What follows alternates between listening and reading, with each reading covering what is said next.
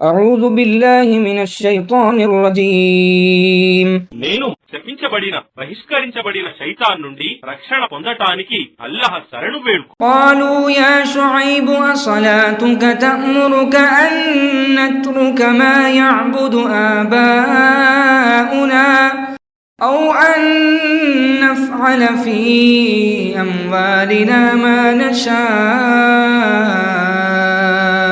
إنك لأنت الحليم الرشيد. వారు వ్యంగ్యంగా అన్నారు, ఓ షుయేబ్, ఏమి మా తండ్రి తాతలు ఆరాధించే దేవతలను మేము వదిలిపెట్టాలని లేదా మా ధనాన్ని నీ ఇష్ట ప్రకారం ఖర్చు చేయాలని నీకు నీ నమాజ్ నేర్పుతుందా?